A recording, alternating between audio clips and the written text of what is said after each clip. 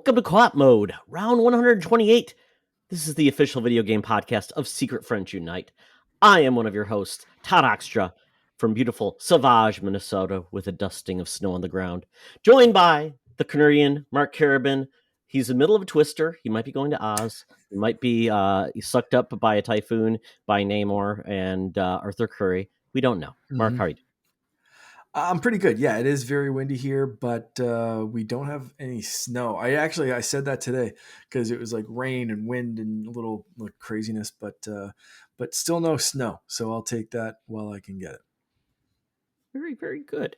Well, we are joined by a friend of the show. He was our first Co-op Mode guest. He's been around for many, many years, from the original part of the podcasting group, I would say, across all many different networks. I don't know how many podcasts have gone and failed in the meantime and resurrected, but we're talking about our friend Lee Navarro, the leader of the Phoenix Overdrive Nation. My goodness, Lee, welcome back. Hey, I'm back. All right, I made it finally.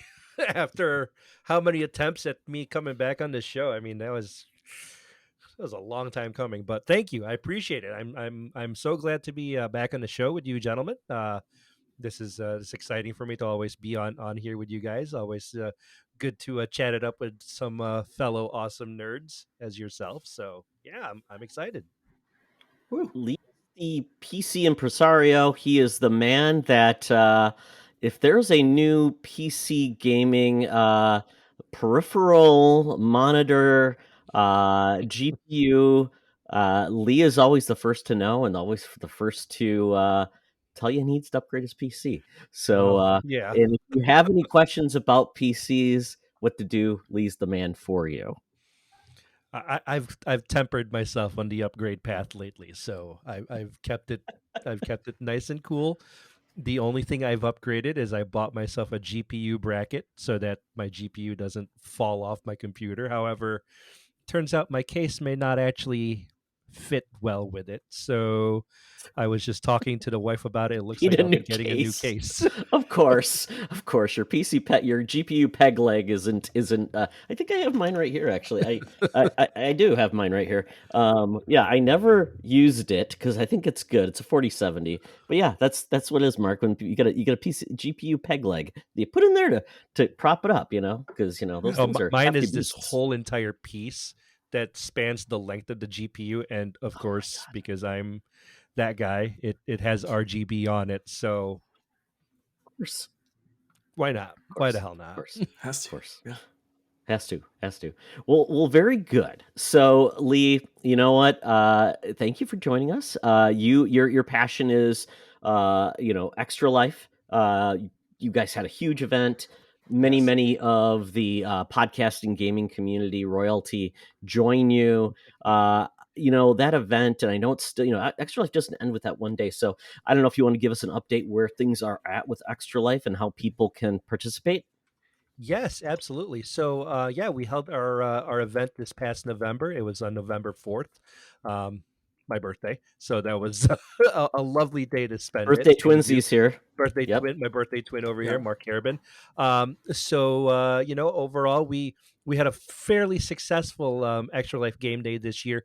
Fundraising is still going on until December 31st. So if you just head on over to phoenixoverdrive.com, you can find a link to our Extra Life team page, and you can choose to donate to any numerous members of our team.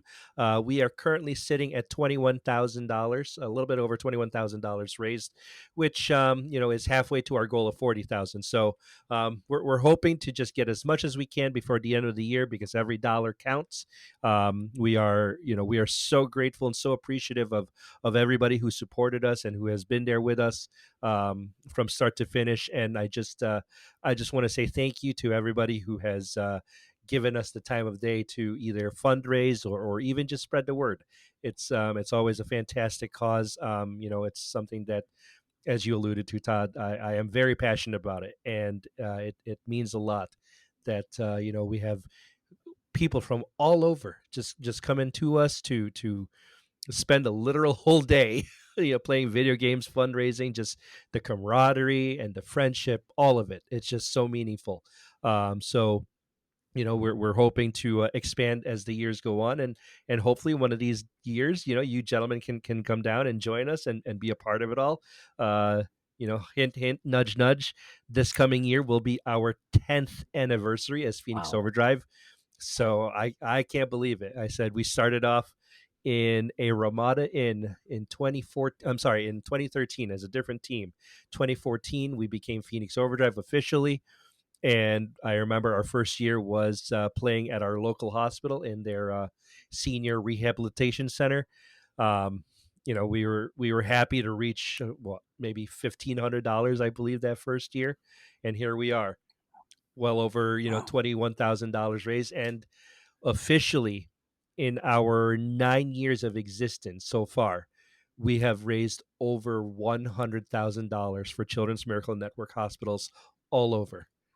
That Man, is an amazing, amazing feat of just the spirit of philanthropy that we have come across through everybody who has been with us. So, um, and as a mark of pride for us, I believe that Phoenix Overdrive hopefully will end up for the third year in a row as a top 50 team for Extra Life. So just outstanding stuff, and I'm just so proud of everybody, so thankful for everybody who have been a part of this journey with us so far.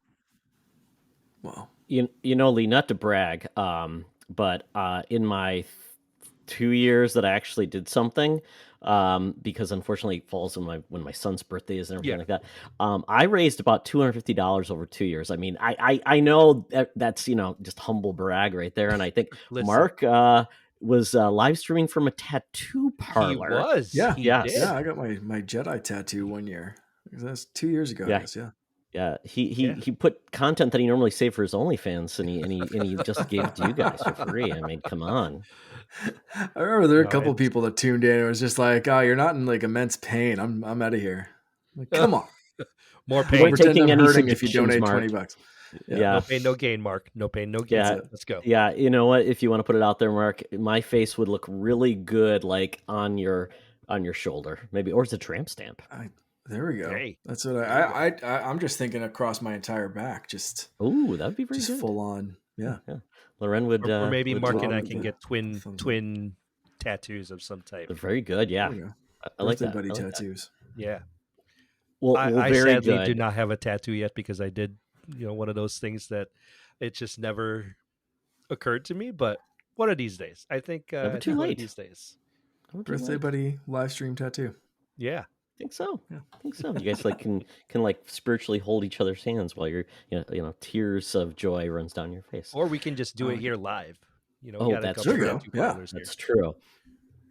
Yeah. Yes, that is a goal to go to there because we have a lot of friends that participate and would love to be around that big of a group of gamers. That would be amazing.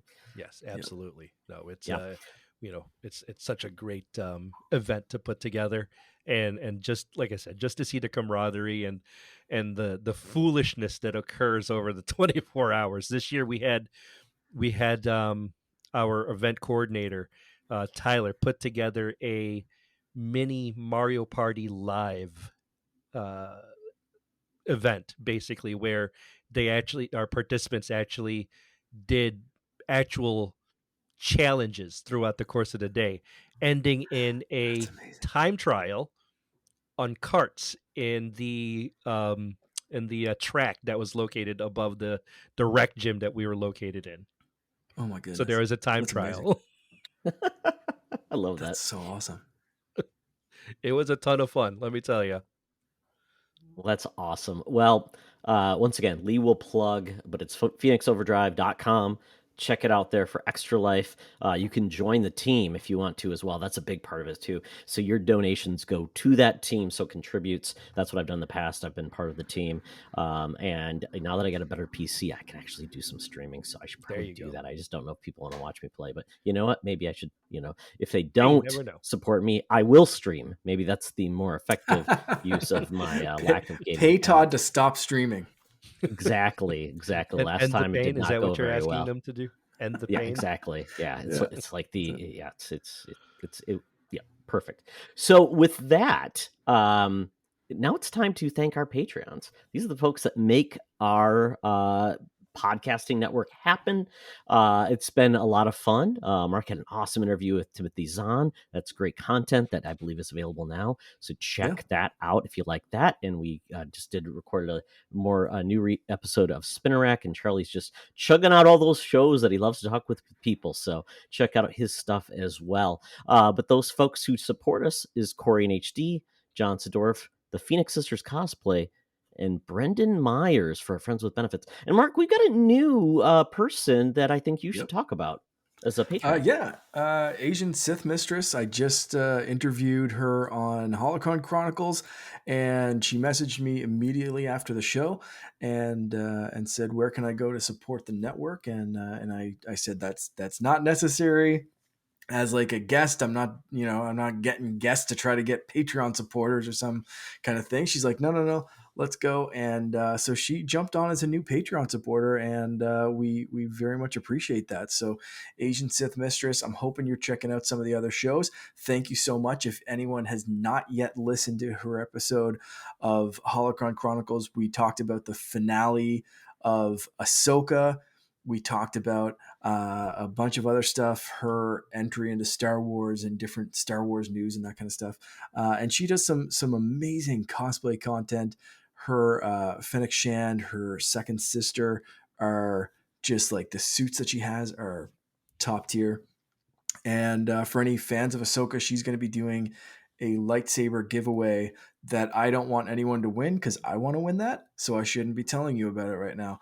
But Asian Sith Mistress, go follow her on Instagram. And again, thanks for coming on the show and supporting us on Patreon. It's awesome. Very, very cool. Love when new members come on, so thank you very much. Also want to thank our BFFs, Sean, Stella, and Henry Nias, and Missy Merchant. So, Mark, when we do get a new member in the Friends with Benefits tier or the BFF tier, we assign them a power-up. Video game power-up, Lee. So, you know what? And we've kind of changed the rules over time. So sometimes Mark like makes it like real power-ups in life that Yeah. you can use. So I was just saying like it's something you always get in a video game as a power up. So either way, either one works. So with that, Mark, do you have one for Asian Sith Mistress? This might be an easy, cheaty kind of answer. I'm just gonna say the Force. I think if someone deserves the Force, that's it's been in enough video games. I think some of the cool Force powers that we've seen in the Jedi Fallen Order Survivor series, I think she'd put to good use because despite the name, she's actually pretty good. You know, I think she'd kind of use it for mostly for good. Um, Maybe a little bit in that gray area, but I don't think she goes straight on Sith power with it. So I'm giving her the Force. I'm not giving her Force lightning abilities. Oh, So ASM, no lightning. You gotta try to use this for good. You get the lightning if you behave. Don't melt Chewie's spaceship. But there you go. That's it. So ASM gets the Force just straight up. Lee, do you have a power up in mind for Asian Sith Mistress? Oh God, I don't know. I mean, Mark already pretty much went the easy way with this one, so that's what I would have gone with. Hmm. I'm not sure. I If really you want don't to go know. with the Force, I have another one that I could go with. Or I was going to say, Lee, go into like your World of Warcraft knowledge. What would be a helpful power up with the World of Warcraft? What would be a helpful power up? Well, seeing as my favorite class to play in World of Warcraft is a hunter, there used to be a spell. This is many iterations ago.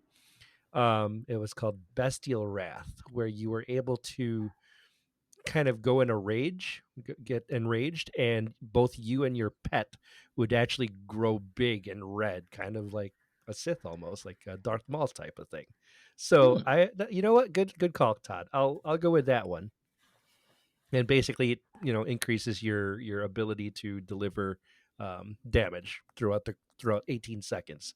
It was more appropriately named Big Red Kitty mode. I like that. I like that. I like that too. Well, I'm going to take a little turn because Asian Sith Mistress, from what I've seen, uh, looks pretty cool. You know, appearance, the garb, everything. So I'm going to say this. I'm gifting her the ability to never take any battle damage. So it will always look immaculate. No holes, you know, Yeah, yeah. no like things like, you know, burn marks, holes, like anything, just immaculate you know, garb. So whether it's new upgrades and everything like that, just resistant to damage. So always look sharp. There you go. Like on the show, she did mention her original, the first cosplay helmet she had. It's gotten some of those dings and scratches and stuff that you get from just dragging it around everywhere. She goes great photo locations in like the woods and different things, but she's like the helmet's taking some damage, so that's a good one. You keep her suit in pristine She gets in both in condition. games and Yeah, in real and life. in Yeah. real life too. Yeah, If she's got Jordans, always I like it. spiffy, never get a scuff mark. Yep. Well, very, very cool. And if you are listening this on a free trial, stick around. Patreons don't get ads, so if you're getting ad on the show and you don't like the ads, join up. And if you know, become a patron, you could get a power up as well. So check it out, and we hope to hear from you soon. So with that, we get into one of our favorite parts of the show.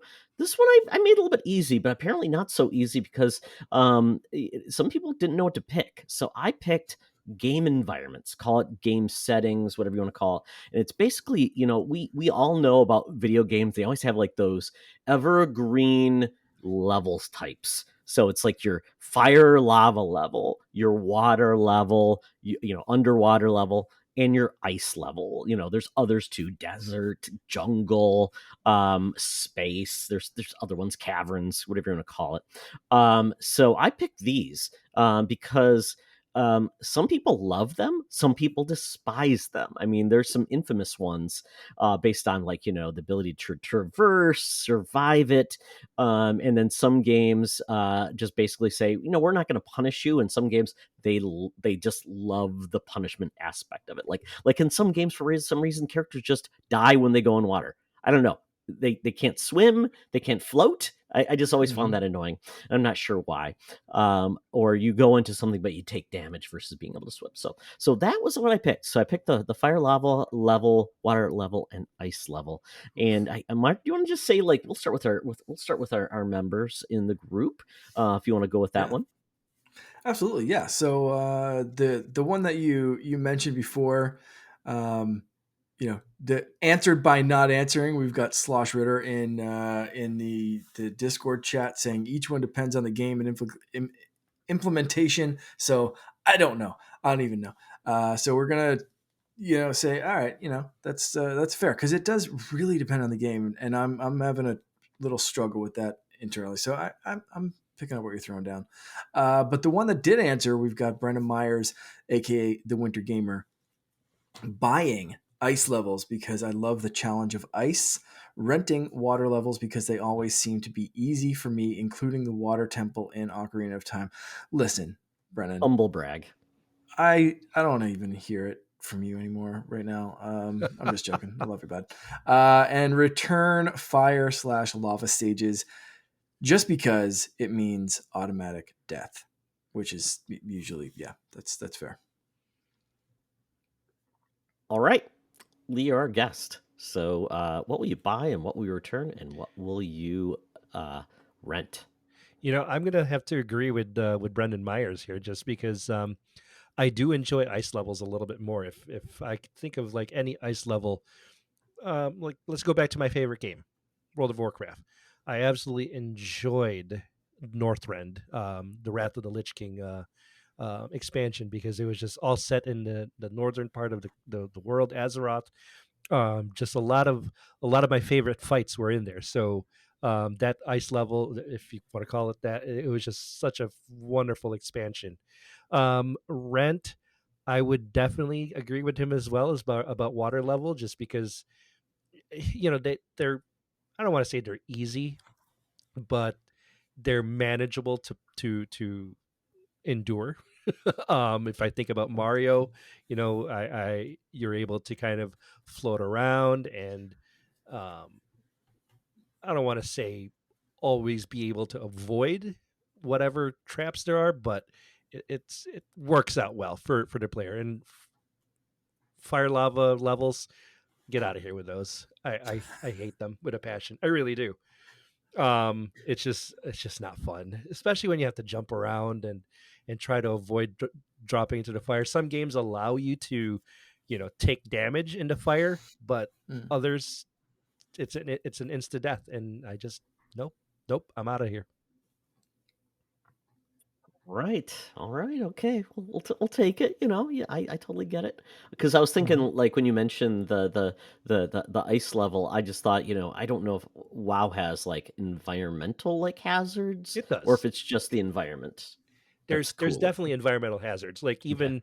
even in water, you can go underwater and um you can there's a timer where you can stay Mm. underwater for a specific amount of time. Of course, some classes allow you to be able to breathe underwater, so you don't take any damage, but others you gotta get out of there until at the very last moment. So, um, but when it comes to fire, I remember there's some sections in there where you drop into the lava, and yeah, you can try to swim out of it, but good luck because you're going to take serious damage depending on your character, depending on your armor and everything else like that too. So.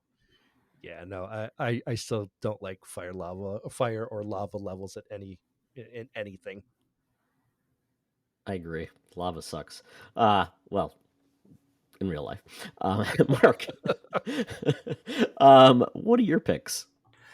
I've got a similar reasoning for my buy as like I love the challenge of ice, that Brennan said and that Lee kind of backed up there, but I'm gonna choose fire for that one.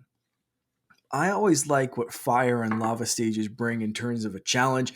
There's fireballs coming at you. It looks cooler. It just looks more badass and menacing. So fire stages, I'm always on my A game. I'm always ready to go. I'm always looking for a fireball, making sure I don't fall into something. Like there's a reason that the big lightsaber battle in episode 3 happens on Mustafar and not on Hoth. It's because fire is cool, it's badass, and it's menacing, and that's where you want like some kind of a big crazy battle or just like a cool challenge or whatever. So like that's the stage where like stuff's going down. So that's the one I'm gonna pick for my buy. For my rent, I am going to agree with both of you. I'm going to pick a water level, not because they're always easy, because they're not always easy, but like there's just something I like about a cooling, nice kind of water stage that sometimes they're a little bit more fast paced. I'm thinking of like the Mario 3D World games where you ride on the back of that Nessie kind of creature thing, Plessy, and they're kind of zipping down a water slide kind of terrain. Um, of course, like Wave Race, I can't. You got to go give a little credit to Wave Race. But then there's some other ones where the water temple is not great. Like Ocarina of Time, not as bad as Majora's Mask. That water temple can just go away. That's why this is a rent for me. I real life, I'm hanging out at the beach all day. Don't bring me near lava. I want the beach. That's a whole different story. But video games, I'm going fire, water, and then ice. Like I said, I'm not quite ready for snow yet, IRL, and it's kind of feeling the same. Ice stages, they're always slippery. You can't like it's just sometimes it's implemented well, but I find 9 times out of 10 it's just a pain in the arse. You're just it's a game that has like floaty mechanics, and then you throw ice into there, and it's just like, get this away from me. It's a challenge that like I don't know, just sometimes it feels like it's not well implemented. So like ice levels, sometimes if they're done well, oh man, they're so good. But other times, um, they're just annoying. So I'm going to return ice levels and just kind of flip around what Lee and Brennan Myers said. That's shocking coming from a Canadian.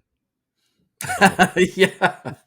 Yeah, I guess the ice levels hit close to home, so I'm like, I don't I wanna guess so. video games are my escape. Oh, that's Leave true. the ice for the um although Todd, I get if you're getting snow already, how you feeling about this? What's is that implement yeah, is that affecting we your had snow. choices here? You're like, there's enough snow outside. We had snow the week before Halloween. I mean, come on. I Sweet mean, mercy.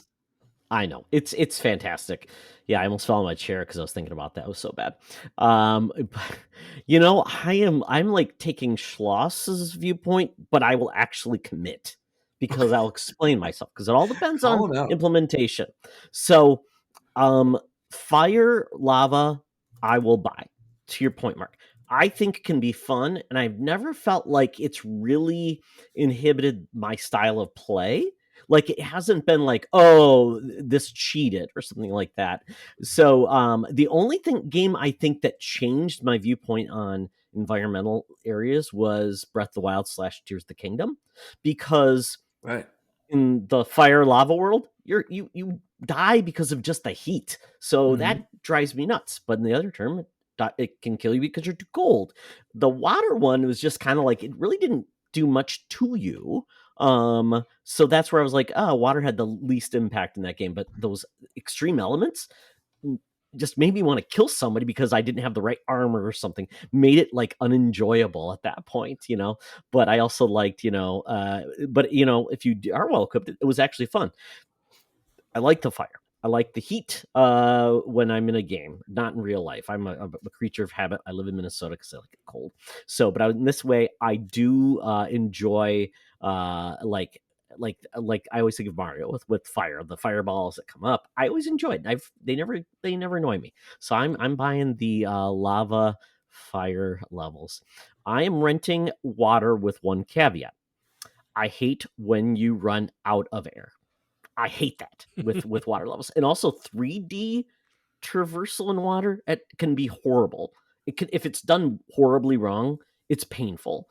That's where I'm like caveat if it's done well. I don't mind water because I do like the fun of going through the water, the different like even just Mario Wonder playing that. It's a lot of fun, and you get to use that dolphin kick, and you can do fast things, and you can have fun with it. So that's why I'm saying like water normally doesn't annoy me as long as even it's like Jedi Survivor and Fallen Order. They just give you a breather. I'm like, Yeah. thank you. I don't want to have to worry about finding where the air bubble is, and it drives me nuts. So I'm just gonna rent water. It's inoffensive to me, but it can be annoying. So I'm gonna say that's the one that can annoy me, but usually I'm okay with it. But then ice,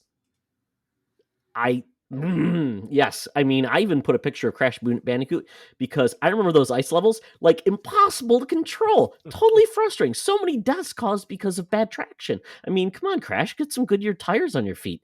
Come on, some snow tires. I don't care, but yeah, I mean, I have, and I just think of that damn level in Super Mario 64 where you're taking that penguin, you're chasing that penguin down that slide, and I died so many. I'm like, that's why I stopped playing that game.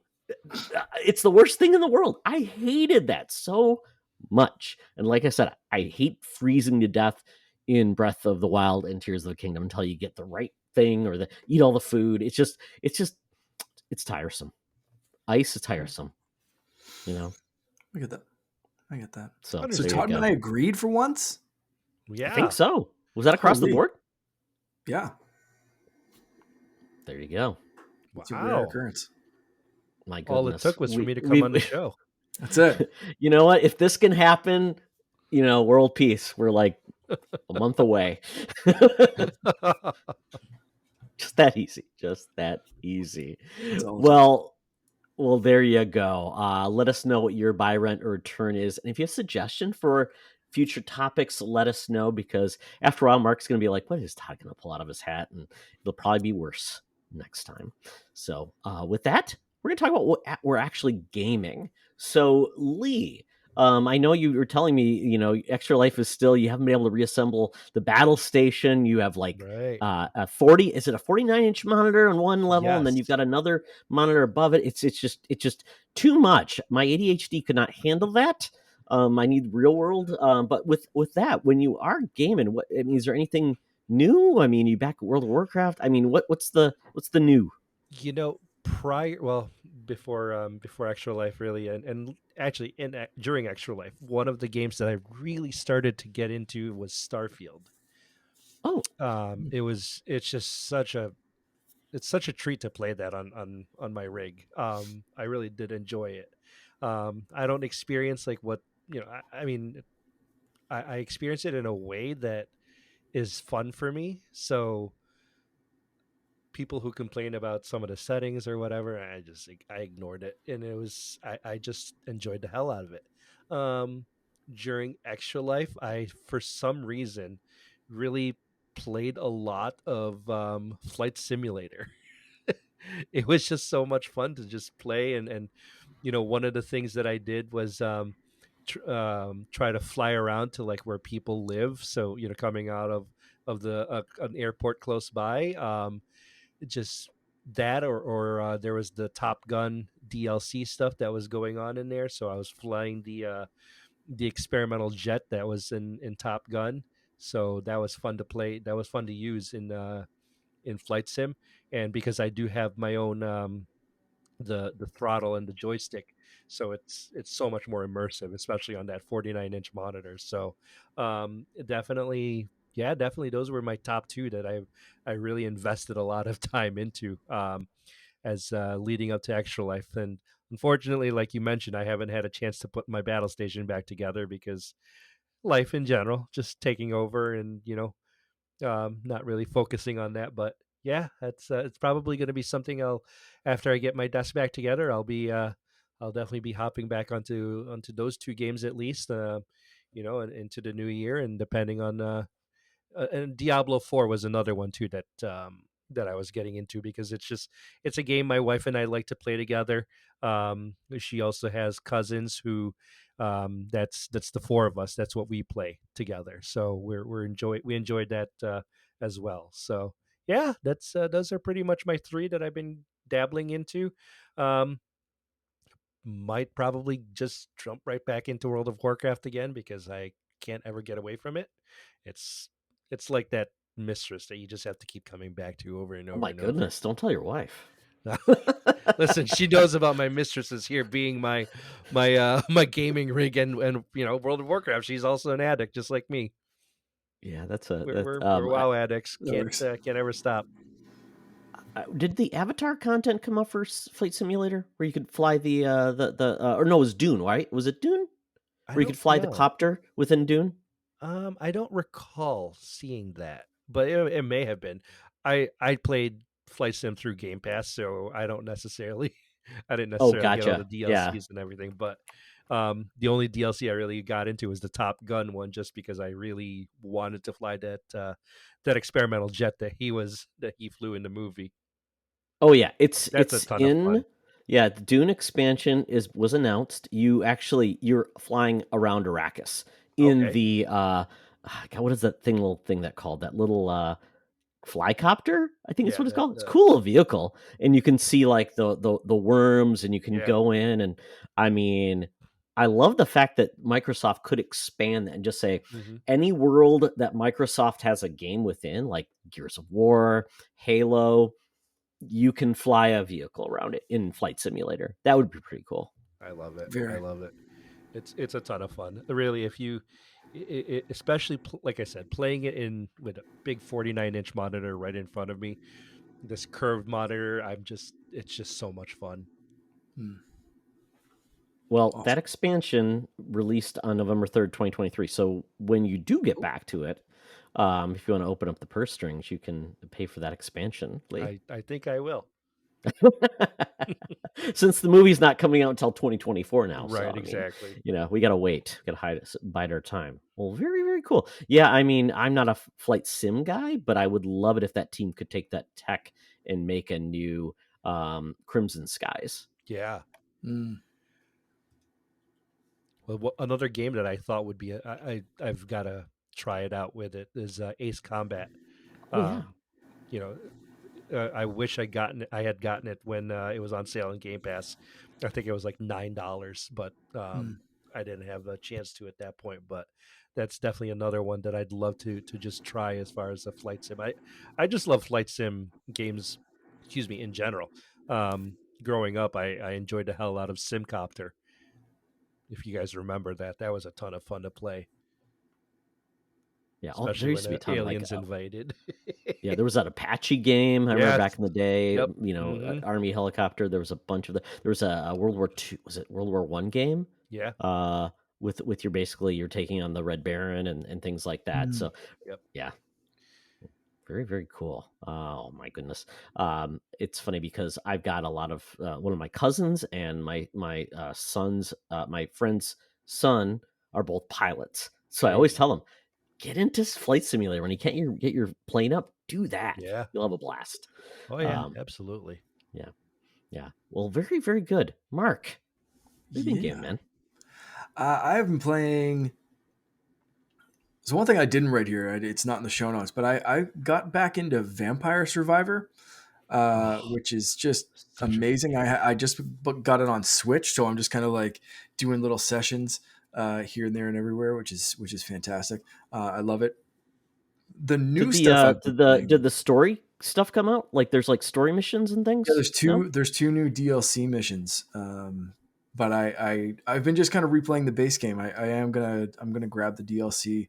Um, probably I see, and that's the thing, and it's pretty cheap DLC, so I might try it in one place because I have jumped back in on my Xbox too. But I've been really putting a decent amount of time in getting it on my Switch and kind of leveling up and going through the paces there. So um, I don't know where I'm going to get the DLC, but I'm going to get it soon. So that will happen.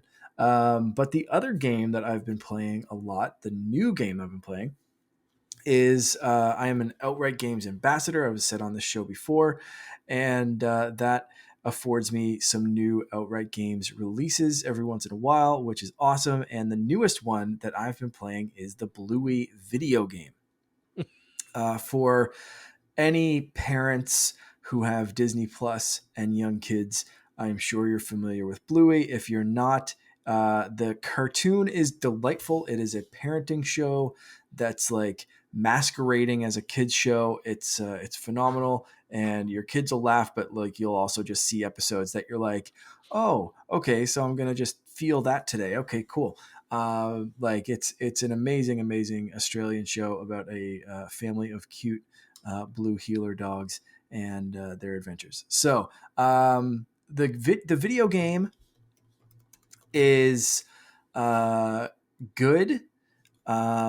IGN gave it a pretty horrendous score, and it seems like IGN gave it a 4. But it also has a 9 out of 10 on Steam right now. So reviews are all over the place. I am real like I'm really curious. I don't know who reviewed it over at IGN. I probably should have like gone to check that out beforehand, but I don't know if they have kids or like if that factored into their decision Well, I did whatsoever. read that review too. They said they're a huge fan of the show, and Oh, they okay. were All right. essentially, yeah. I think from a viewpoint, he definitely doesn't have kids, from what I understand. Okay. So from that viewpoint, he was probably thinking, what's there for fans of Bluey, maybe. Mm. But So yeah, as a fan of Bluey, I thought the game's execution was excellent. It's all voice acted by the original actors, as far as I can tell. I didn't like there wasn't any glaring obvious like, oh, that's a weird replacement, or like, oh, that's a sound alike. It sounded like an episode of the show. It is a very short game. It only takes an hour or two to beat. oh, Completion. You might go around getting collectibles for another couple of hours or whatever. However, actually, no, I'll keep going on the negative stuff first. I did have two I'll say breaking game pausing bugs that just like needed a full restart of the game, not of my console or anything. There was one where an object just got stuck that I had to move. It seemed like the object kind of duplicated itself, so it wouldn't move. It would move, but there would still be a copy of itself in the original location that the moving one would then get caught on. Really weird thing. Then the other one, I could hear things, but the screen was just black. that was it. So both cases, quick back to the Xbox home screen, jump back in the game, and everything's fixed. Um, so annoying. Hopefully, could be patched. I'm sure. Like again, I was playing it with the release date code and whatever. So that's the bad stuff out of the way. It's short. It's there two bugs before we finish the game. The great stuff about this game, I think, for me, overwhelmingly just kind of leave the negative stuff in the dust. Because again, it felt like an episode of the show. It was really well voice acted. It looks like an episode of the show. The whole, like the house, the creek, everything's there, just recreated from the show. All the characters are there. It's 4-player multiplayer and very easy to just jump in, pick one of the 4 main family members. It's mom, dad, Bluey, and Bingo, and just go. And I played this whole thing start to finish with my son Finn. He played some of it on his own. He is 3. If you need a reference level of how easy this game is to beat, there you go. It's not a challenging game, but I wouldn't want a Bluey game to be challenging because Finn wanted to play it. He wanted to pick up that controller. There was not a time that I started my Xbox up that he saw that icon on the screen and was like didn't say like, oh, let's play Bluey right now. The second he heard that chime, it was like, are we playing Bluey? Can we, like, that's what we're doing now? This is awesome. So and there were times like even after we beat the main story of the game, which was delightful, made me think of like growing up and playing with like my brother and my cousins and just like the little adventures that we'd make for ourselves, and like there we go, and like it was a really, again, Bluey quality level touching story. um but like even after we finished that, Finn would make up his own games within that. So we'd drop back in the house and he'd say, let's go outside, let's go to the yard and play tag or play on the trampoline. He knows where stuff is in their house. And it's exactly, so we went out in 5 minutes. We just jumped on the damn trampoline. And then he wanted to play tag in their backyard. So it was Bluey chasing Bingo around, and the characters are just, as soon as the characters touched on screen, we'd scream tag, you're it, and run the opposite direction. He talks to the characters like they can actually hear him, especially if they're computer controlled. So if the one of the mom or dad or something goes upstairs, he'll say, yeah, wait for me, mom, and like chase them upstairs or whatever. Like he was 100% invested in this game, which for me was like, that's it, like done. If I didn't get a code, that'd be worth the money. Fantastic experience. Is it going to be like a deep experience for someone who's not playing with a 3-year-old and a controller? No. Like, are you going to get a Bluey story? Yeah. But otherwise, like, I don't know, maybe wait for this to go on sale if you're up in the air, if you're not sure. But like for me, hand the controller to a 3-year-old and just watch some magic happen. That's like, that was it for me. Otherwise, yeah, I kind of understand where some of the lower scores are coming from and that kind of stuff. But yeah, absolute magic in a download code for my experience with it, for sure. Very cool. I mean, half the fun is just in those games, just being in that world around the Yeah. characters you love.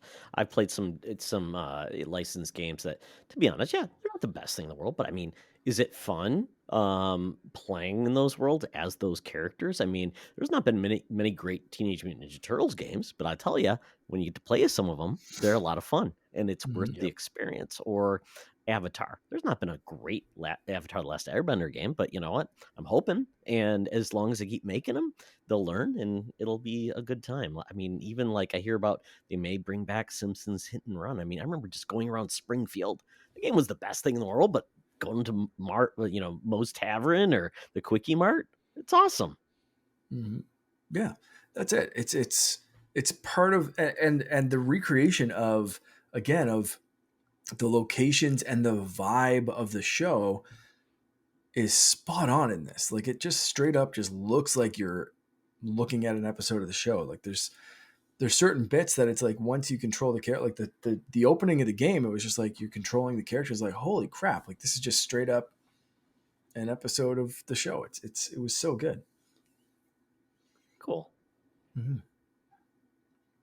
So And it was I'm assuming yeah, there'll be good. some deals. There'll be some deals on the game, towards the I'm guessing holidays. so. So if you, Yeah. that'll be make any kid, eyes light up when they see that game. I think so. Yeah, if you're a big fan of the show and you have small kids that are just learning, especially just learning how to play games, yeah, definitely a decent pickup. But again, with those game breaking bugs, make sure you're kind of close. I would have really felt bad if I wasn't playing along with Finn and he ran into those game breaking bugs and it was like, oh crap, he can't finish this game. So it was kind of lucky that I was there. I caught it right away. It was just like, oh, just a second, buddy. We just got to like reset this. Bluey needed to have a nap, and it just like right back in. 20 seconds later, we're back up and running. Quick load times, which is good. But I can see where that would frustrate a lot of people. And I'm not saying that the game's not broken. It definitely needs some patching. But again, for me personally, the pros outweighed the cons, but there are definitely still some cons. So take that as you will. And depending on your level of Bluey fandom, get it now or maybe wait for a sale. Pretty cool. The last thing I've been playing is a ton of Fortnite, trying to finish up this season. The OG Chapter 4 season OG is wrapping up this weekend. So by the time you're listening to this on Wednesday, we have a couple of more days to finish up challenges and levels and all that kind of shenanigans before the big season ender event on Saturday, December 2nd. If anyone's looking to join up, jump in. It's going to be a big bang event is what they're calling it. They're saying this is one to remember. We haven't had a good live event in a while, so I'm very excited for this one. And it's leaked already. So I'm sure any Fortnite fans have already seen this, but it looks like Eminem is going to be joining the game as a skin that you can get and also putting on a performance as part of this big bang event. So we're getting an Eminem crossover and a big musical event as part of this Big Bang event, which looks kind of like a remix of I'm going to say the event that brought us into Chapter 2, I think, of where the rocket ship blasted up and opened up a portal. So this looks like kind of a remix of that, using the time machine that brought us to this OG level or OG season in the first place. So crazy story stuff going on. A lot of changes to the map this week that happened. I am loving this season. It's such a good throwback. Like we've talked about this before, Todd. Of like you love those throwback things like WoW Classic and all that kind of stuff. Like this feels so good. I kind of don't want this season to go away already, but here we go. So anyone looking for a buddy to join up for the Big Bang event, hit me up in Discord, hit me on Instagram, and we'll figure out where we're dropping. Mark, when you kept saying the Big Bang, I thought of Big Bang Theory. Like Sheldon's gonna be there, Penny. They're gonna That have a good time. would be great. Yeah. It's gonna be a great time. Yeah. Will Wheaton will show up, and we have to kill him. I that'd be a Everybody's wearing crossover to Flash remember. T-shirts. Just Yeah. yeah, Howard Wolowitz dropping a really sick verse in the middle of an Eminem concert. That'd be just I want to see that. That's the one I want. Gotta have it. Yeah. Everything's up for debate. Eminem, who is I don't know, is Eminem still a thing? I mean, I just feel like I'm from Michigan. He's from Michigan 8 Mile. I mean, wow. Wow. Yeah, I guess Middle-aged so. rappers. That's the life we're living in, right? Yep. Middle-aged rappers. Yep. He seems excited. He kind of started sharing stuff before Fortnite did, so he's excited about the collaboration. He's sharing little teases and bits and pieces there. So I'm looking forward to it, man. I'm Slim excited Shady. for this one. Yep. Killing Mark. Look for it. Gotta love it. Yep. Dear Stan. And Mark's gonna compose a song, and Dido. Where we go. Wow, that's a throwback. Oh well. Well, very, very cool. Fortnite's always evergreen in our podcast, so stay with it. Mark's the man. So check him out. I tried Fortnite once, and that led me to Alan Wake and recreating Yeah. that. It was very cool. So if they hear that they're doing more of those type of things, let me know. I'll check those things out All right. for fun. Which then leads me into what I've been playing, which is Alan Wake 2. Still in the game, and I tell you, I don't want to give any spoilers with this game, but I love the fact that they are merging live action with the basically the images of the characters in the game. It's pretty amazing. And this game is so meta and it is so freaky and it has spooked me on many occurrences. Like I'm just going down a path and all of a sudden these weird images pop up and I'm like, ah, I mean, and I'm playing on a PC, so my monitor is, I've got a widescreen, curved monitor, so it's very immersive, and it's only like Linos, in PC gaming, it's right in your face. So it's Yep. not like you're sitting at the couch. So anything that happens, you just feel more into the experience. So it's been amazing, but this game is so crazy because it's set in kind of like a Twin Peaks, X-Files type of environment where it's like the northwest of America, but you can definitely tell these are like people from like Finland because their accents are really weird. Their sensibilities, their accents drop in and out, so it's a little funky and weird at times, which I love because we have a lot of Minnesota oofta, Scandinavians, things like that. It makes sense for my people. Yeah, so I'm loving the game. It's great. I'm about halfway through. I thought it was farther along, but I'm not. And it is a game that is definitely I'm I don't know if there's difficulty settings or not, but I'm definitely not looking for them at this point. But it does take some challenges. It's more survival horror. So once again, I know I've talked about the game, but I'm loving it. My goal is to get through this game and then move on to some other games because I just got Super Mario RPG in the mail, and because I was out of town for a week from GameFly, it arrived, but I couldn't get my mail. So it's sitting right here. And I could probably show you the cartridge. I mean, I could probably drop it out. You want me to do like a live licking a cartridge to see if they still lick? No, I'm Yes. not going to do that. Yes. No, Come no, I'm on. not going to. But it's right there. It's so small and I can't see it right. But there it is. I will be playing Super Mario RPG. I've never played it before. So I'm excited for it. Like not even the Mallow, original? Yeah, no, no, nothing. Wow. yeah, Okay. known as Really? SNES, Mark. I was chasing girls. It's been on You were the just a young one. Nintendo Switch Online. Come on. No, You it's don't know actually it, so not. you're It's not only on the SNES Classic. It's not on really? SNES. No, it's not. So you got to play Wow. the SNES Classic, which I got. It's in my glass case of emotions over Wow. there. Okay. But no, it's not available on Nintendo Online, which is just crazy. So Oh, that's yeah, I shocking. mean, I you have thought it to get was. a I really thought. SNES Yeah. Classic. No, that's Okay. the weird part. So it's 'Cause I have it on weird the that the classic and games are my RG35XX. So I've yeah. played So it there in you go. both of those places. I've never yeah, I You just for you some you do reason I not want to assumed have it a was place to on. play it. You can play it anywhere. Yeah. Yeah. Yeah, Yeah, it's really. weird. And I It's have weird. oh Yeah. wow. Okay. That's going to be an Yeah. experience for you. I can't wait to hear about that. Yeah, I'm excited for it because that's the type of RPG I like, where it's more action focused. It's timed. It reminds me of the South Park RPG in a lot of ways. So I'm very excited for that. Have People have talked about Gino and Mallow, and I'm like, I don't know who these people are, but why are people so passionate for it? I mean, sure, there's like you know, weird pictures of Mallow Gino that I want to see on the internet, but it's out there. So I don't know. So I'm have you excited for that. played have you played any of the other Mario like RPG style games like the GBA games like Inside Story or even like the Paper Mario games like I any of have those? played Paper Mario on the Wii, Okay. which I enjoyed. And I tried some of the other games. What was it? The one with the color splash. I fell off that pretty quick. Right. I think it was on the Wii U. And then yeah, so it's like I just haven't found one that clicked, to be honest. Mhm. And I've always wanted because I love the aesthetic and the way it looks. Just something like the mechanics. And people have said this to a large extent. Like it's like, oh, the Thousand Year Door Mario RPG are great, and it just seems like they've struggled. And then the best ones have been on the handhelds, and even some of those like Logan didn't like because like card mechanics. I'm like, nope, Yeah. nobody wants Yeah. card mechanics in their game, Mark. We Yep. know that. Yep.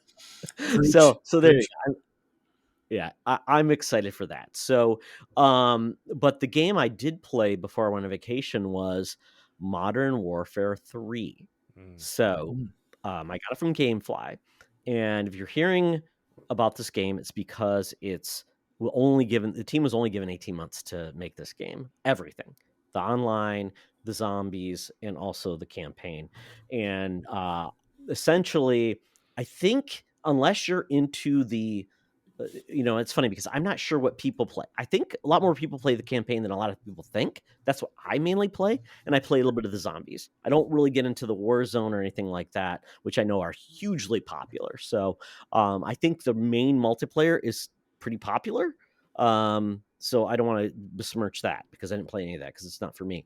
But I have played Warzone a little bit, and it's not for me either. But what I normally dip into is the campaign and then zombies, and that Yep. they're both in this game. And I will tell you this: at this point, Call of Duty just feels like it's Warzone, and everything else is just bolted on. And that's really where they're focused. That's where the money is, and that's where they get the content. It's mobile. It's everywhere that you want to be. And I really feel at this point that the campaign was essentially DLC with Warzone. Like it's essentially here's a map. It's open world. It's lacking the Michael Bay highly scripted, which I love, which last year it had. I've always enjoyed all the campaigns, even the worst ones I've enjoyed. Ghost, Vanguard, some of those haven't been great, but I've always enjoyed them. And Modern Warfare, its legacy that's the franchise that really drove Call of Duty to its success. So Mm. it was just like that. Though. You drop in and it's checkpoints, and you got to go here to find things, level up weapons. So I didn't enjoy it at all. I stopped. I'm like, I'm not enjoying this. It just doesn't feel right Correct. from a campaign perspective. It just felt like Warzone with you kind of remember that one game Battleborn, if you remember that, guys, whereas Yep. basically it was Gearbox where they basically made I a remember that. hero shooter, but then said, hey, we have a campaign, but their campaign was literally just the levels from the hero shooter, and there was some checkpoints and goals and things like. I'm like, no, this is not right. It's not really a crafted experience. It's just making you feel like it is. You So you said there's an 18-month development cycle. Just looking up, I was kind of curious what the development cycle is. So usually, Call of Duty franchise has a 3-year development cycle, rotating between Infinity Ward, Sledgehammer, and Treyarch, um, and then support of other studios and that kind of stuff. This one at 18 months is so rushed, and is coming before 2024's game, which has apparently been in development for 4 years over at Treyarch. yes. So, like, yeah, they really just hung this game out to dry. Yeah. Yeah, and Sledgehammer, I feel bad for that team too. And I think they were in a position that's crappy, and especially right after the acquisition too, where people are putting, crap on them. And I don't put that on the developers. I put that on the leadership that hopefully he'll be gone by the end of next month, and we don't get that, and those teams will get to breathe a little bit and enjoy some creativity in their craft because it's the biggest franchise, and you don't want to kill it. But Activision was known for milking everything till it's dead and then discarding the carcass. I mean, Tony Hawk Ride, I mean, need we say more? But I and then the zombies, same thing there. Zombies was always known for a tight experience in closed spaces, in those rounds, and like, can you survive? And it was amazing. They once again drop you into Warzone, and it's open, wide open. We're talking like huge areas. You feel like it's empty, and then you have to then escort a tank, and it's slow, and the zombies come out, and you're doing that. Yeah, I just feel like it's a huge miss. So I'm glad I got that from GameFly. I know the multiplayer is probably in a good spot. It's got a lot of Modern Warfare maps and things that makes it successful. But for me, as a person that's where I look to Call of Duty for, huge miss. So I'm hoping Microsoft will give them the things, and like you said, 4-year development. I think Treyarch and the other teams will hopefully benefit from that and make a great game. I think it's going to go back to Black Ops, which I always enjoy those games. I heard it's going to be actually set in the first Gulf War, which, I mean, we're talking I like don't think there's old. ever been a game set in that Gulf War. don't know. I mean, we're gonna have Wolf Blitzer on CNN. We're gonna have like what's his name, Warren Schwarzkopf. Yeah. The original George W. Bush or Herbert George Walker, Bush. which Bush, whoever. Yeah, that Bush Bush, one. the first Bush. Yeah. Yeah, HW. yeah. So we'll see how that goes. But I'm hoping for the tournament events and those teams get time to really improve Call of Duty, because it's a huge game, and it is essentially a blockbuster. And I don't know what other franchise can come out every year and be the best game every year. I mean, Mm. I feel bad for those teams, but hopefully they'll be better. So that's what we've been gaming, and at this point, I want to give a word from our sponsor. Hey, Secret Friends Unite, let me tell you about Zencaster. We use them for our show, and now they're supporting us. Zencaster is now the all-in-one solution making podcasting easy. It's the ultimate web-based podcasting solution. Provides high-quality audio and video podcast production and hosting. With a full suite of professional tools, podcasters can seamlessly record, produce, and publish studio-quality content, all from one dashboard. Being a creator has never been easier. And we chose Zencaster because of the ease of use, high quality output, and it makes it super easy for our guests to come on. We had multiple solutions we tried before, and Zencaster has just been the best fit for us. Why Zencaster?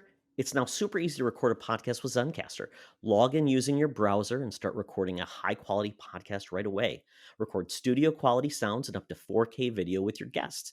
Feel a sense of zen knowing Zencaster's multi layered backups ensure you always have your recordings in the highest quality, even if the connection is unstable.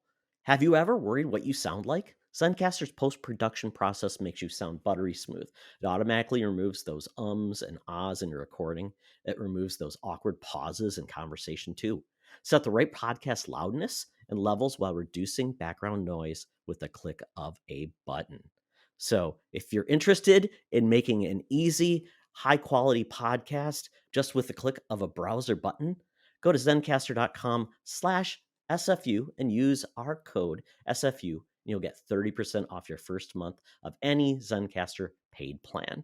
I want you to have the same easy experience I do for all my podcasting and content needs. It's time to share your story. Now back to the show. All righty. It's the fun part of the show where we can just have a good time. And the bonus round this episode, I proposed this to Mark and Lee, and I try to put a spin on a negative viewpoint. And we kind of probably come to a good point of, like, if you're familiar with Festivus, George Costanza, it's what his dad came up with, Festivus for the rest of us. There's a part of that's called the airing of grievances. Essentially, the world of gaming is great, but there's certain things that a lot of us just don't enjoy.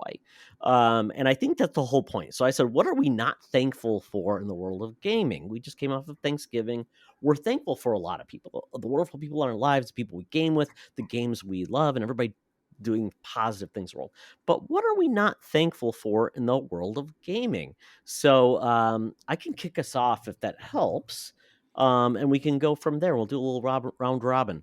So I will say the thing that I'm not thankful for is the fact that we're seeing a lot of publishers really put the developers in gaming into a no-win situation.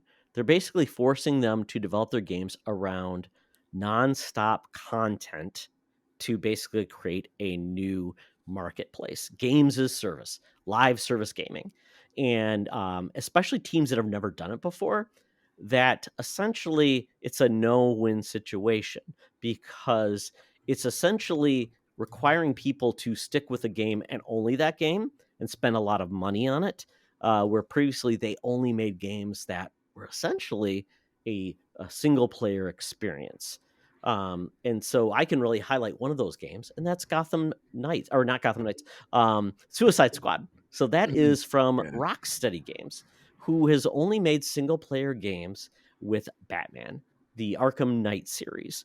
And I feel like that team, we don't get many games from them.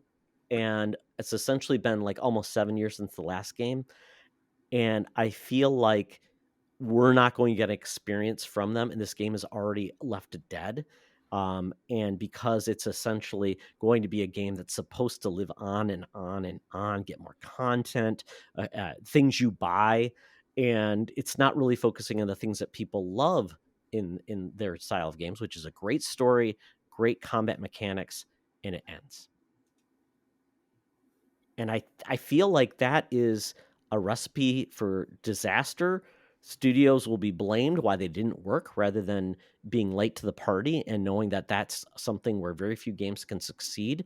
So I'm not thankful for games as a service being this area where it's essentially it's a trend that I hope ends, and it essentially someone will learn their lesson and move away from that. We did get a good thing from WB Games, where the Wonder Woman game, where they came out and said this will not be a game as service game. So maybe they're learning, but if not, I hope this goes away. I'm not thankful for games as service because it's just ended so poorly. So many games have ended. So many studios have been impacted by it, and I hate that this is what we're at today because it's just there's not many FortNites, and there's a reason for that. Yep. So that's I'm not thankful for that. So who would like to go? I'll go. Yeah. I'll go. I'm actually, you know what? Just thinking of this question, I'm not thankful for the obscene size of some of these games today when it comes to their install size and the amount of drive space they're occupying. You know, you're looking at some games that are now hitting 100, 120, 140 gigabytes, and it makes me sit there and wonder what some of the compression methods that are being utilized and why they aren't utilizing it properly. Um, you know, what was it? Um, I think it was Battlefront 2 that I remember it hit somewhere close to what, 90 gigs or so? That's a Mercy. lot. Yeah. Now, Lee, I think you're even just like undercutting the fact that I think the latest Call of Duty, once I downloaded the game, yeah, the campaign wasn't even included in that download. there you I had to go. go to the campaign and download the campaign in Right. 2 parts after the fact, and And that to was like that 200 gigs. point, Call of Todd. Duty Black Ops Cold War is 190 gigs. I think it's the Okay. biggest, or was the biggest at To some those point. points, think about some people who need to download these games yet they don't have the internet connection to do it, right? Yeah. I It's was I was just at my aunt's. She had a 5 megabyte per second download speed. yeah. Oh yeah. Jesus. I mean, you know, when during Extra Life this year, we were spoiled. We because of where we were located. We were at Herkimer College down here in Herkimer, New York, and they have an esports management program, and they have a very strong esports program. So we had a direct connection to a 1 gig um, internet connection. So downloading games was not an issue for that. But not a whole lot of people have access to that. You know, I just upgraded my internet here at home to a 1 gig connection, and everybody else around me is still, you know, I still see some houses here that they're telling me they're still hitting what, 50, 40, 30. Yeah. That's pretty minimal considering, Yeah. and of course that speaks more to the infrastructure of you know, where I'm located, or where other people are located. That Mhm. speaks to that. But man, just the size of these games with yeah, okay, they have these hyper realistic graphics, 4K, um, you know, all the bells and whistles, but that's a lot. That's a lot to download, and that's a lot to maintain on your hard drive.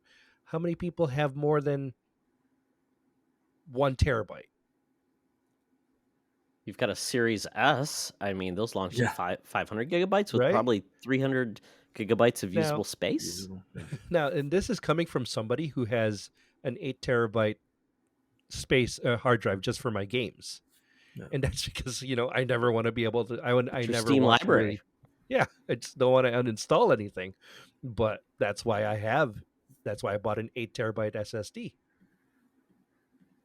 It's just it doesn't make sense to me how the size of these games and how they're just becoming so obnoxiously large.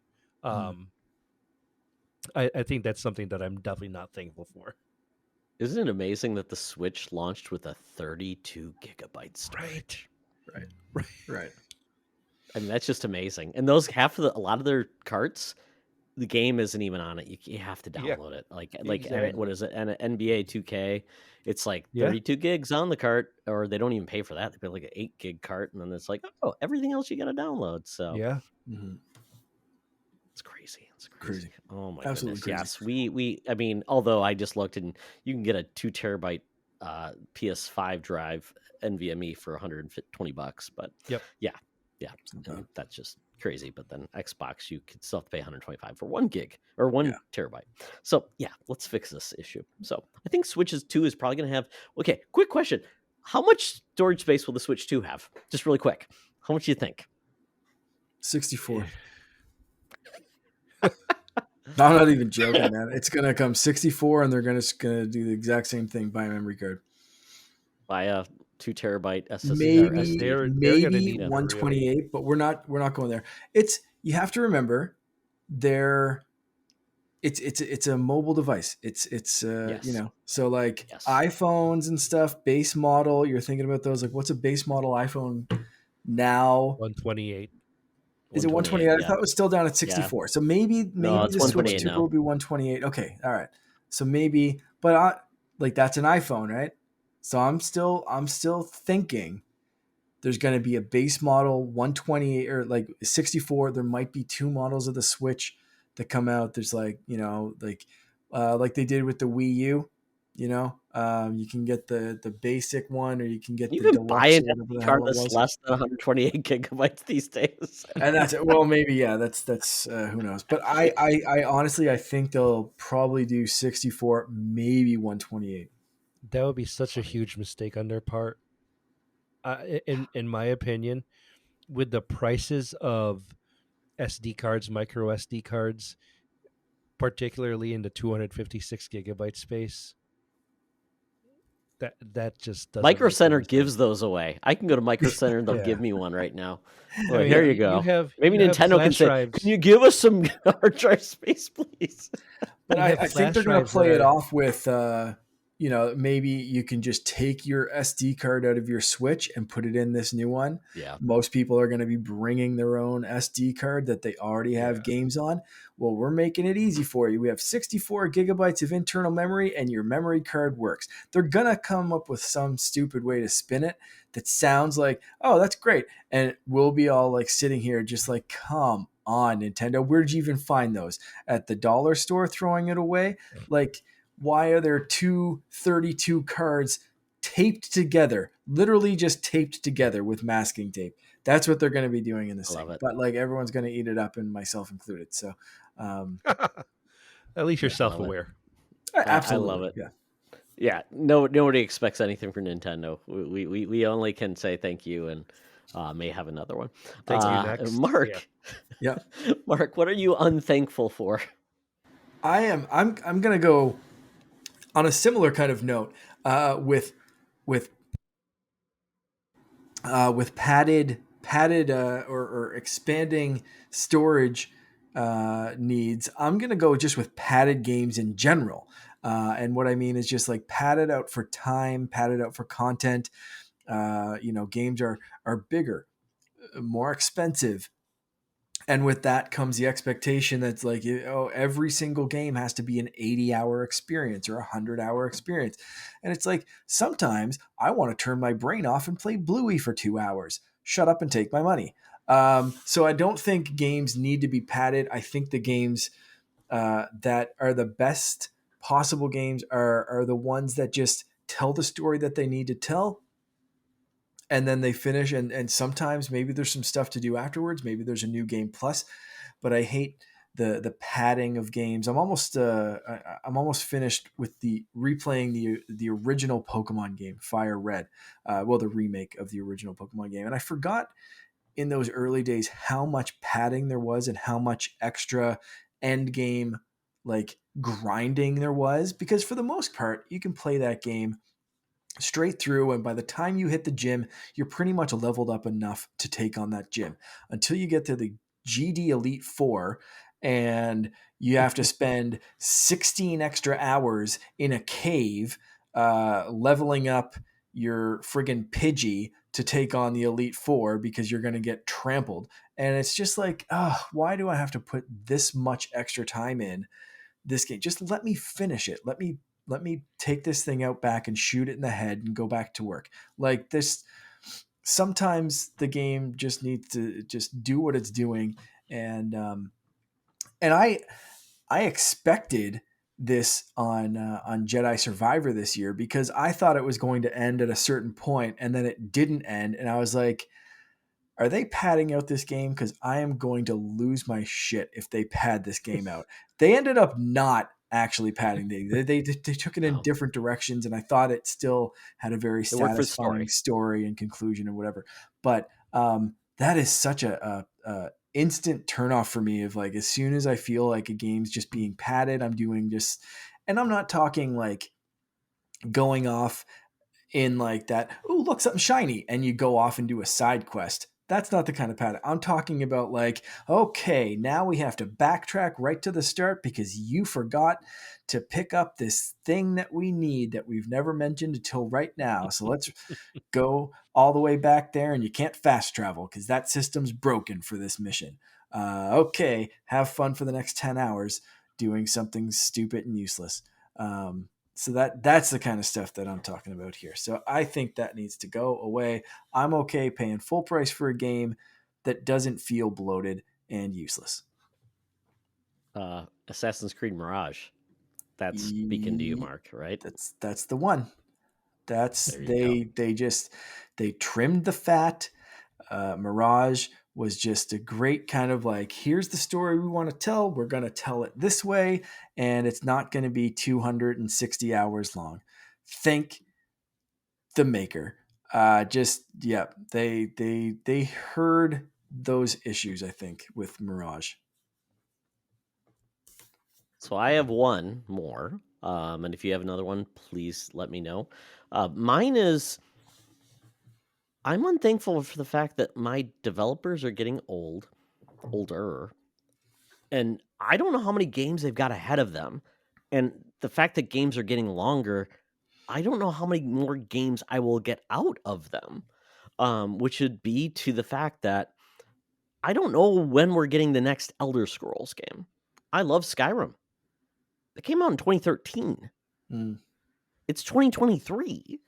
And uh, in with Starfield coming out, which Lee, you loved, it's the fact that Todd now is saying, I think it's finally in production, the next, Elder Scrolls.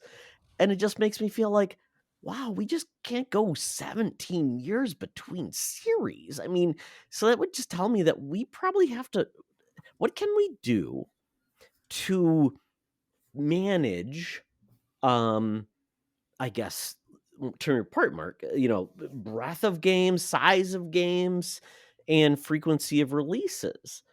Because, I don't know when we're getting the next Halo game because Infinite, I thought we were going to get more campaign. I don't know if we will.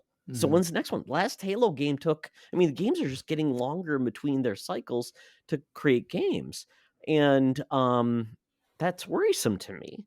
And I just worry that there's bright spots in the industry. I mean, think about this. I mean, Insomniac, I think I talked about this. They have made 3 Spider-Man games since 2018. They have made so many games and they're all high quality. And I'm just wondering what the secret sauce that they have versus other studios where it feels like they just struggle to put out a game at all every 10 years. And I don't know what we need to do, but I would take a smaller Elder Scrolls that I would get every 5 years rather than wait 20 years to get a huge game that that you may not get to experience in the same way you would before. I mean, there were how many Elder Scrolls games in a row, and then between Morrowind, Oblivion, and Skyrim, there wasn't many gaps. And yes, you've got more textures and more things and more immersive, but I don't know what the driver is. And I was hoping that some of these engines, maybe that's a problem, they're using a proprietary engine. I was hoping all these tools would help developers get off those shackles from the technical pieces and just focus on the creative.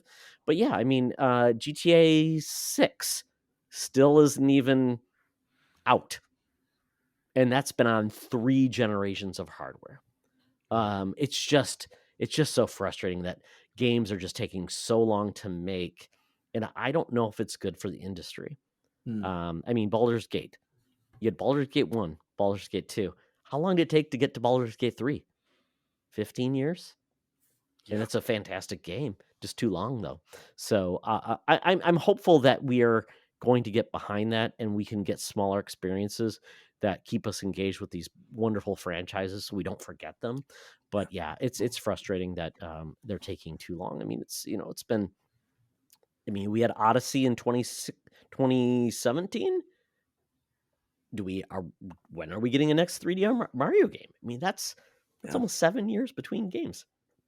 So I'm not getting any younger, folks. So get moving faster. George R. R. Martin still hasn't put out his latest book. Man, oh man, my goodness. Oh well, that's what I'm unthankful for. Too long of dev cycles. Lee, do you have another? Escort missions. Oh, they're still making them. One where you have to follow the NPC, not the NPC following me. That's fine, but the one where you have to follow the NPC and they have the specific route that they have to take, which is like the dumbest route ever. I've experienced a few of those in Diablo 4. And it just annoyed the piss out of me. Like I would run around them in circles and I just shoot at them because when they move slower than you can possibly move, and like you're pushing a millimeter on the control, you're running backwards to try, and it's still like.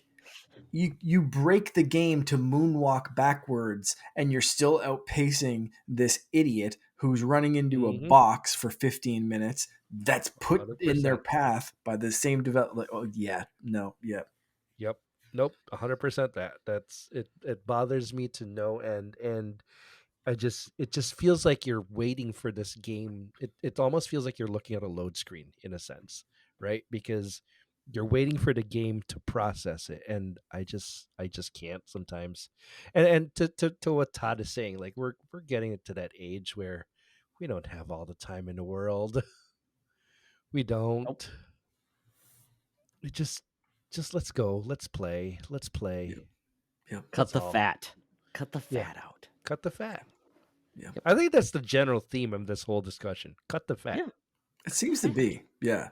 Because my next one is very similar, and that's stealth in games that don't need stealth, which is like, and when it's like, it just, like, if you're going to make me do a stealth thing, make the person look away so I can sneak past them, or just don't penalize me for like shooting him in the back of the head, because I don't have the time to wait for like Johnny NPC to turn around so I can like creakety creak past him, and then he like snaps back and he's like, oh, I spotted you. You have to start over again from the last checkpoint 47 minutes ago. No.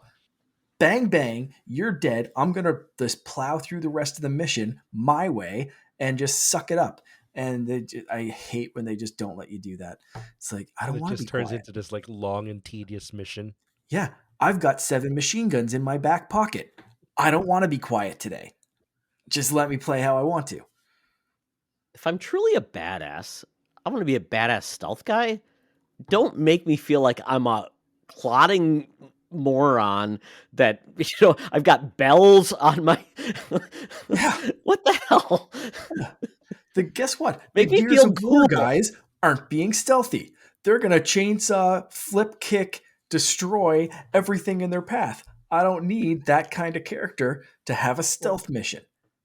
yeah, Why am or I like wearing my squeaky shoes? where your character where you yourself you've just failed a mission because you couldn't do the stealth. It's like, No, what if I just don't want to do stealth? What if no. I want to go in guns blazing, leave my mark, move on to the next level. Or something like, okay, and if it Get off actually our lawn. and if it absolutely you have to do stealth, okay, sure. But like, let me be smart about it, because like sometimes you do stealth and you're like, I want to go through that grate over there, and then the grate's Yeah. just a wall that you can't Yep. go through, and it's like, okay, well now what do I do? There's no other way to do a stealth thing, and you just have to wait for the stupid like timer thing of the stupid guard to walk past Mm-hmm. the right way, that there's only one single path that you have to do, and it's like, if there's only one path for me to do this stealth mission, just make it a quick time event. I don't have the patience. Like, I don't want to sit here and like, you sit there and you wait for the pattern to go by and your Xbox starts to fall asleep and your controller turns off and you're like, I'm awake. Don't worry about it. You finish a whole bag of Doritos and the guy finally walks past you and you're like, okay, cool, I'm on to the next room. And then you trip over a Right. paint can and you got to start over again. Like, that's the kind of stuff that drives me absolutely insane. Yep. I've never asked for better AI from enemies in a stealth game. Yeah. Like, I want the dumbest morons in the world. It's like, oh, Usually. squirrel. Yeah. Usually. Yeah. I want this like super advanced, like this AI in my stealth game is going to just turn into Skynet and take over the world. Like, that's how Oh my smart I want my AI in stealth games. Because, yeah, the dumb ones just don't do it. No, no, Yeah. no. Okay. Anything else you're unthankful for? You're opening up a can of worms here, man. I'm usually Yeah. I like Yeah. All of know. a a sudden I now know. happy it's like, happy fella, I and know. you're making me see, feel some feelings. yeah, So now we're getting grinchy. we just, These yeah. are all opportunities for improvement, I would say. These are There like you go. ways. Please take this as opportunities. This is, I would say, constructive feedback Yeah. to developers, right? Stop I announcing mean, your games 14 years too early, and then only having a JPEG logo that some jackass intern did 4 minutes before you went on stage. Don't do that. yeah, Announce a game I 2 months before it's released. or It's the same not company doing knowing. both. Nintendo will be like, hey, here's a new Mario game. It releases in 2 days. And then the other time they're like, hey, here's Metroid, suckers. Wait Oh, 19 Joey Ferris years. is gonna 15 rage years if later. Yeah. Metroid Prime does not come forward does not come out on the Switch proper. He will Jesus Christ. rage. If that's not a launch game that comes out for the Switch and Switch 2 for launch, like, I'm going to light something on fire. Hey, if you're playing, what's that one game, Star Citizen, that Yeah. has not even released? It It's been out. technically It's isn't. raised $250 million, Hmm. and it hasn't even released in like a releasable. Maybe it's gonna be out now eventually. I'm like, just crazy. Yeah. Oh my goodness, just crazy. Oh my goodness. Well, I think we should probably end on a positive note. So I'm thankful for all of you. Not unthankful. Ah, I'm thankful for yeah. all of you. It's so great. It's good to see everybody's faces again. We're getting into the holiday season. It's going to be wonderful. So I hope everybody has a great end of the year. We're going to get into all the fun stuff. The Game Awards are coming up next week, I believe. So we'll talk about that as well. So I want to say thank you, Lee. Tell people where they can find you. Easiest place, I will say this, just go to phoenixoverdrive.com. We have all of our social links there. That's, and then all of that will be tagged to me because that's where I am pretty much. Follow me that way, and you'll find updates for all of Phoenix Overdrive's activities. Especially as we come into the new year, we'll be quite busy into this coming new year. So, like I said, we'll be celebrating our 10th year of doing Extra Life. So we hope to make it into a huge bash. We hope to have as many people as possible come join us from everywhere, and we're just so excited to keep doing our thing and keep making our mark in changing kids' health and their futures.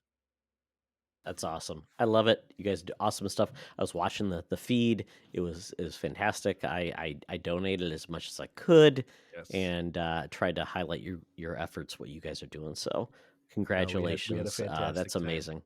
Mhm. Yes. Yes. Yes. So Mark, tell people where they can find you. You can find me everywhere as _Canardian. Not really active on X anymore. That seems to be a dying cesspool day by day. But I'm over on Threads trying to be a little bit more active there. And my main places are Instagram and our Discord channel. So if you want, again, to hit up that FortNite event this Saturday, let me know on Instagram or Discord.